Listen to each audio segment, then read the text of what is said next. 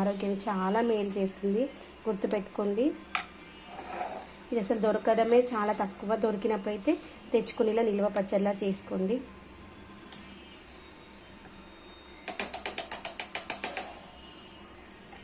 ఇలా చపాతీ పైన మంచిగా రోల్ చేసుకొని రోలింగ్లా చేసేసుకుందాం.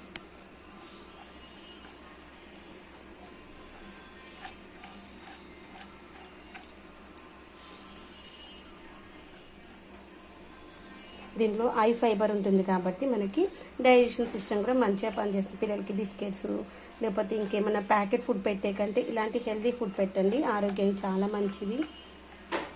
బిస్కెట్స్ కానీ బేకరీ ఫుడ్ కానీ అవన్నింటికంటే ఇలా మనం ఇంట్లోనే కొంచెం హెల్తీగా చేసి పెట్టేస్తే హ్యాపీగా తినేస్తారు. ఇది వేసేసి స్నాక్స్ బాక్స్లో పెట్టేసామనుకోండి. దీన్ని 2 పీసెస్లా చేసుకుందాము. 2 పీసెస్లా చేస్తే